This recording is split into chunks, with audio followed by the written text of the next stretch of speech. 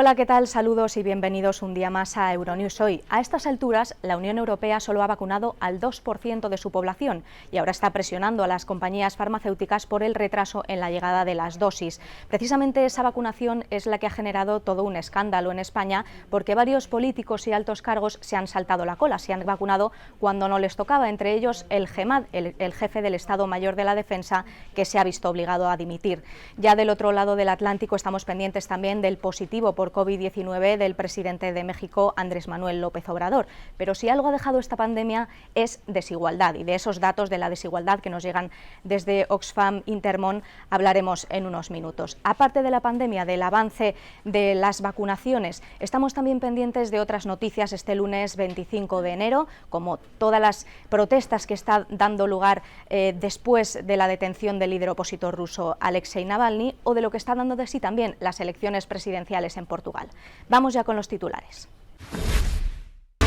La Unión Europea presiona a las farmacéuticas para que cumplan con sus entregas de vacunas contra la COVID-19. Italia amenaza con emprender acciones legales. En España, la dimisión del jefe de Estado Mayor del Ejército por haberse vacunado contra la COVID se suma al escándalo de colarse en la lista de políticos, médicos o curas. El presidente de México, López Obrador, tiene COVID-19 y presenta síntomas leves. Su contagio se ha producido en un momento crítico de la pandemia en el país. Unos pocos, mucho más ricos, y millones convertidos en pobres. La pandemia ha radicalizado la desigualdad.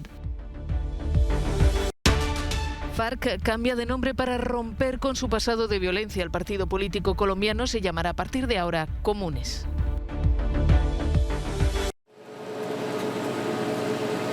La Unión Europea debería haber adquirido más vacunas contra la COVID-19 antes, lo dice el presidente de la Asociación de Médicos Austríacos, mientras la UE presiona a las farmacéuticas ante los retrasos. Pfizer-BioNTech ha modificado el proceso de producción para incrementar su capacidad, lo que ha ocasionado un parón en las entregas. Creo que la UE debería haber pedido más vacunas antes. Así las hubiésemos recibido antes. Esto no hubiera sucedido. He hablado por teléfono con el jefe de Pfizer y sigue según lo acordado. Se acordó que Pfizer entregue 900.000 dosis a Austria en los primeros 3 meses y lo cumplirán. Actitud diferente en Italia. Desde Facebook, el primer ministro Giuseppe Conte dice que emprenderán acciones legales contra Pfizer y AstraZeneca si no se mantienen al día con las fechas de entrega y la cantidad de dosis. Conte señala que si se reducen, solo recibirán 3,4 millones durante el primer trimestre en lugar de 8 millones de dosis. Estamos trabajando para que el plan de vacunas no cambie su cronograma. En los próximos días, a través de nuestro embajador en Bruselas, estamos activando todos los canales para que, junto con otros países y la Comisión Europea, hagamos todo lo necesario para hacer cumplir los contratos a estos caballeros. Los retrasos de Pfizer-BioNTech afectarán a los envíos de finales de enero y principios de febrero, pero a finales de febrero y en marzo proveerá un incremento significativo de dosis. En España, la polémica de colarse en la lista de vacunaciones contra la COVID llega hasta la cúpula militar y ha llevado a la dimisión del jefe de Estado Mayor del Ejército, Miguel Ángel Villarroya, tras saberse que él y otros mandos militares habían recibido la vacuna. En su carta de dimisión enviada este sábado, la ministra de Defensa asegura que en sus 45 años de carrera en el Ejército siempre actuó con honestidad y nunca intentó aprovecharse de privilegios no justificables, pero que presentaba su cese para no perjudicar la imagen de las Fuerzas Armadas. Políticos de varios partidos, entre ellos concejales y alcaldes, directores de hospitales, policías y hasta un sacerdote, se han vacunado sin que les correspondiera. Más de una docena, de los que algunos han dimitido, otros han sido cesados y otros se justifican. España vive entre una constante cascada de nuevas restricciones, la tercera ola de la pandemia agravada por la cepa británica. La Comunidad de Madrid ha adelantado el toque de queda a las 10 de la noche y la valenciana ha limitado a 2 personas las reuniones en espacios públicos y ha cerrado perimetralmente las ciudades de más de 50.000 habitantes durante fines de semana y festivos. ¿Quién tomará las riendas de la sanidad en España en plena tercera ola de la pandemia? Todo apunta a que será esta mujer, Carolina Darias. Su nombre suena con fuerza para sustituir al actual ministro de Sanidad, Salvador Illa, que este martes dejará el cargo para centrarse en las elecciones catalanas. El relevo es más que delicado en estos momentos, con los hospitales españoles al límite y la vacunación contra la COVID-19 en marcha. Pero Carolina Darias, actual ministra de Política Territorial y Función Pública, tiene la ventaja de que desde hace meses ya comparte con Illa la gestión de la crisis sanitaria. El todavía ministro de Sanidad anunció a finales de diciembre que concurriría a los comicios catalanes, si bien decidió seguir en el gobierno hasta que comenzara la campaña electoral. Según una encuesta del CIS publicada la semana pasada, con Salvador Illa al frente, el PSC se ha colocado como favorito para la victoria en Cataluña, con casi un 24% de las intenciones de voto y 3 puntos de ventaja sobre los independentistas de Esquerra. El presidente de México, Andrés Manuel López Obrador, tiene COVID-19 y presenta síntomas leves de la enfermedad. La noticia corrió como la pólvora este domingo por las redes sociales, donde se multiplican los mensajes de apoyo de unos y las críticas de otros, a un mandatario que, pese a sus 67 años, se ha negado a usar mascarilla en público desde el inicio de la pandemia. Ha sido diagnosticado mientras se encontraba de gira. Aquí lo vemos en San Luis Potosí, poco antes de anunciar él mismo a través de un mensaje en Twitter que había dado positivo. Lamento informarles que estoy contagiado, dice. Los síntomas son leves, pero ya estoy en tratamiento médico. Como siempre, soy optimista. Saldremos adelante todos. Escuchamos al director de epidemiología del gobierno mexicano. Felizmente el presidente se encuentra en estos momentos, se encuentra estable, los signos y síntomas de enfermedad son leves, es decir, en este momento él está expresando un COVID leve, se encuentra resguardado en su domicilio. En Twitter se enfrentan dos tendencias, bajo las etiquetas Fuerza Presidente de sus partidarios y las de Karma, hoy responsable de sus críticos. El presidente mexicano no ha sido tan escéptico como el estadounidense Donald Trump o el brasileño Jair Bolsonaro, pero no ha dejado de cuestionar el uso de mascarilla, porque en su opinión no se sabe a ciencia cierta si funciona. Además, ha continuado una intensa agenda alrededor del país, con actos públicos acompañado de miembros de su gabinete y políticos estatales, pese a que México se encuentra en un momento crítico debido a la pandemia. El país es el cuarto del mundo con mayor número de muertos, roza los 150.000, tras una semana en la que se han encadenado 3 récords de contagios y muertes diarias. La pandemia de la COVID ha engrosado la fortuna de los superricos y ha arrojado a la pobreza a millones de personas. La ONG Oxfam hace esta constatación de la radicalización de la desigualdad en el planeta basándose en datos de Forbes y del Credit Suisse. La mitad del billón de dólares que los 10 hombres más ricos han amasado en el último año podría servir para tener una vacuna para todo el mundo o incluso para que nadie caiga en la pobreza durante el tiempo de la pandemia. Así que la escala de la diferencia es extraordinaria. En España el impacto económico de la pandemia es terrible. Según Oxfam, cerca de 1 millón de personas podrían quedar en situación de pobreza severa. Esto es, vivir con menos de 16 euros al día. Y sin embargo, algunos países lo están haciendo bien. Algunos gobiernos han prestado mucho apoyo, pero las diferencias son enormes a nivel mundial. Un buen ejemplo es Corea del Sur, que ya se ha centrado en reducir la desigualdad con la subida del salario mínimo o la inversión en sanidad y educación, y también con ayudas apoyando a 42 millones de hogares. El gobierno de Nueva Zelanda es un brillante ejemplo de enfoque correcto en el bienestar de la gente, en los niños, en la educación, en asegurarse de que la economía sirve a todos y no está en función del PIB, señala la directora ejecutiva de Oxfam Internacional. La ONG vuelve a la carga con su petición de aumentar los impuestos a las grandes fortunas y pone como ejemplo a Argentina, que estableció un gravamen extraordinario susceptible de ingresar en el Tesoro Público 3.000 millones de dólares para luchar contra la COVID. No estamos acostumbrados a ver imágenes como estas en los Países Bajos. Estas concretamente pertenecen a la ciudad de Eindhoven, a la protesta contra el toque de queda impuesto por el gobierno holandés ligado a la COVID-19. Hubo enfrentamientos entre manifestantes y policías y al menos medio centenar de detenidos. Choques también en Ámsterdam y un centenar de arrestos. Según los medios holandeses, hubo disturbios, saqueos de comercios y quema de vehículos y mobiliario urbano en otras ciudades. En total, más de 300 detenciones. Las nuevas medidas para hacer frente a la pandemia entraron en vigor el sábado. Entre ellas, un toque de queda desde las 9 de la noche hasta las 4:30 de la mañana. Durará al menos hasta el 9 de febrero. Quienes no lo respeten serán multados con 95 euros.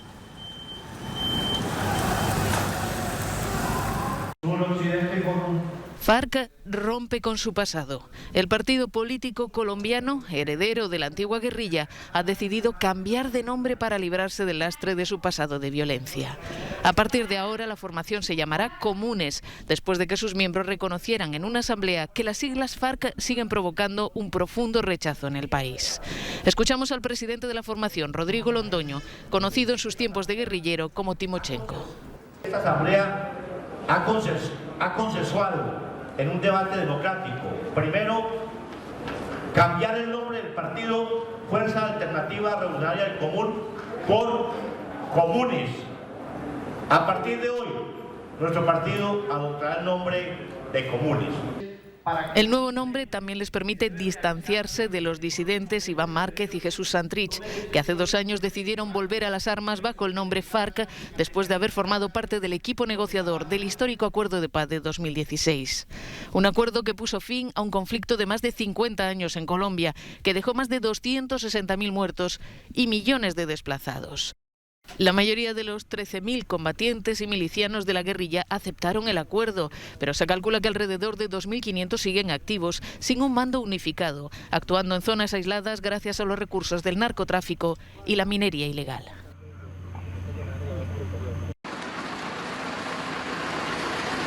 Encerrado en una esfera de alambre de espino, así protestaba este domingo el activista ruso Pavel Grisevich contra la detención del opositor Alexei Navalny. Protesta que seguía las masivas manifestaciones del sábado en las principales ciudades rusas para pedir su liberación, brutalmente reprimidas y que terminaron con más de 3.600 detenidos. Human Rights Watch denuncia que las autoridades rusas ignoran y pisotean los derechos fundamentales de sus ciudadanos. Su condena se suma a la de Estados Unidos y la Unión Europea, que este lunes se reúne para consensuar una respuesta común. Los Estados miembros están divididos sobre la imposición de nuevas sanciones a Moscú. Más de 110.000 personas apoyaron a Navalny en la calle en manifestaciones no autorizadas. Está acusado de violar las condiciones de una pena suspendida dictada en 2014. No me gusta cómo vivimos en este país. Los ancianos tienen que buscar en la basura y otros tienen palacios como el que nos mostró Navalny. Hay varias investigaciones abiertas por violencia contra la policía y por violencia por parte de las fuerzas del orden. El Kremlin minimiza el alcance de las protestas, recordando que la mayoría de los rusos apoyan a Vladimir Putin. Sin sorpresas, el carismático Marcelo Rebelo de Sousa ocupará la presidencia de Portugal 5 años más. Ha sido reelegido con contundencia en unas elecciones sui generis celebradas en plena tercera ola de la pandemia, con más muertos que nunca en el país y por ende marcadas por una abstención histórica superior al 60%. Tengo plena conciencia de que la confianza ahora renovada no es un cheque en blanco. Quien reciba el mandato debe seguir siendo un presidente de todos y cada uno de los portugueses, dice. Un presidente de todos y de cada uno de los portugueses. El conservador de Sousa ha logrado el 61% de los votos, haciendo innecesaria otra vuelta.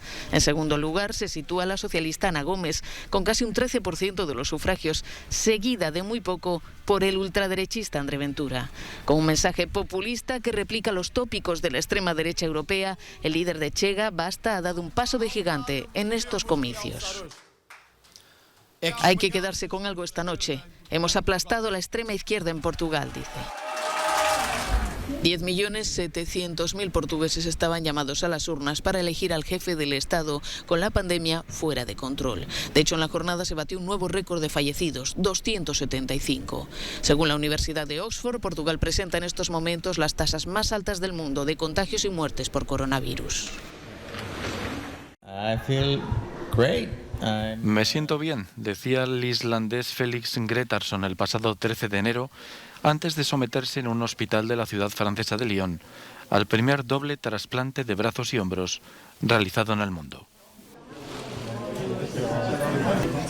Una operación que concluyó con éxito tras un despliegue sin precedentes con medio centenar de profesionales.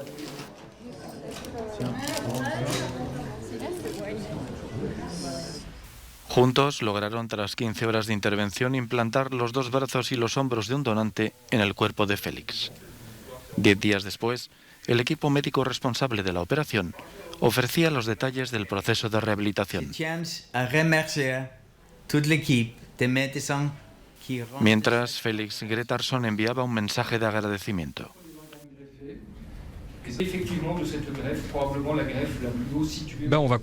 Vamos a continuar el seguimiento porque la operación es todavía reciente y todavía pueden pasar cosas.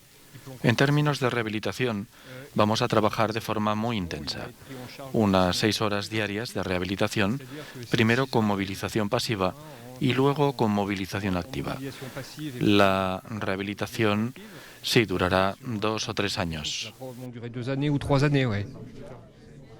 Su mujer, Silvia, no ocultaba su satisfacción. Ahora todo ha cambiado porque veo esa luz en los ojos de mi marido. Realmente veo mucha esperanza. Me siento totalmente orgullosa por él y haré todo lo posible para acompañarle. Félix, que tiene ahora 48 años, sufrió una amputación cuando tenía 26. Tras una electrocución con una línea de alta tensión. Tras conocer al cirujano Jean-Michel Gibernard, que realizó hace 2 décadas el primer doble trasplante de las manos, se instaló en Francia. Desde hace 4 años esperaba un donante compatible.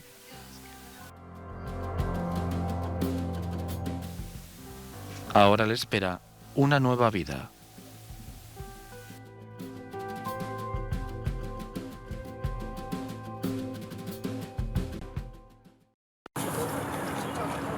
Una segunda vida para los árboles de Navidad y un renacer para las dunas devastadas por las tormentas. Estamos en la costa de Texas, en Estados Unidos, en la ciudad de Surfside. Aquí hace 7 meses había dunas de casi la altura de una persona adulta. Ahora han desaparecido tras una temporada de huracanes en el Atlántico especialmente activa. Para salvar un paisaje muy codiciado en verano, se utiliza el protagonista de una estampa muy invernal. En esta ocasión, 3.000 árboles de Navidad que, bien atados, sirven para construir nuevas barreras de dunas y proteger así un área sensible a la erosión. Al frente de la iniciativa, la asociación Save for Beach, creada en 1973. Este año tuvimos todas esas tormentas y aquí estamos haciendo todo lo posible para construir nuestras dunas para que puedan proteger todas estas hermosas casas. Aquí tenemos algunas brisas naturales que recogerán la arena y la depositarán sobre los árboles de Navidad. Es un ajuste perfecto. Y luego, con el tiempo, una vez que la arena se acumule en la parte superior de esos árboles de Navidad naturales, estos se deteriorarán y fertilizarán parte de la vegetación que crecerá sobre ellos. Esta técnica funciona tan bien que el condado de Brazoria, en Texas, responde regularmente a solicitudes de información de otros estados.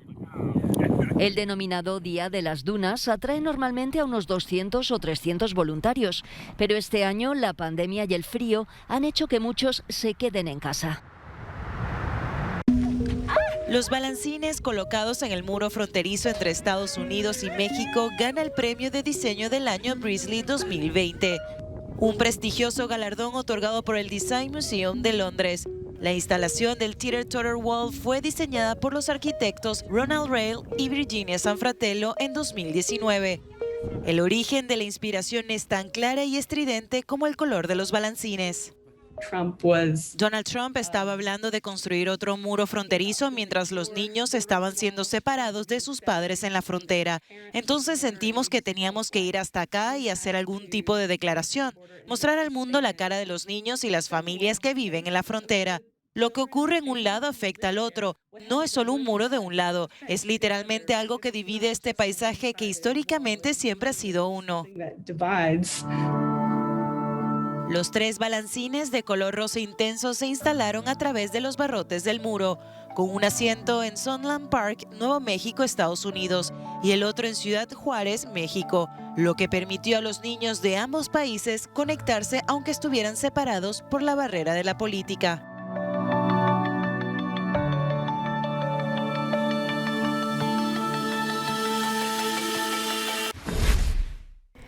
Y con esta obra de arte, con estos balancines que sirvieron de lazos entre ambos lados del muro que separa Estados Unidos y México, nos despedimos hoy. Gracias por acompañarnos un día más en Euronews Hoy. Ya saben que pueden seguir toda la última hora a través de nuestra página web y nuestras redes sociales. Hasta la próxima.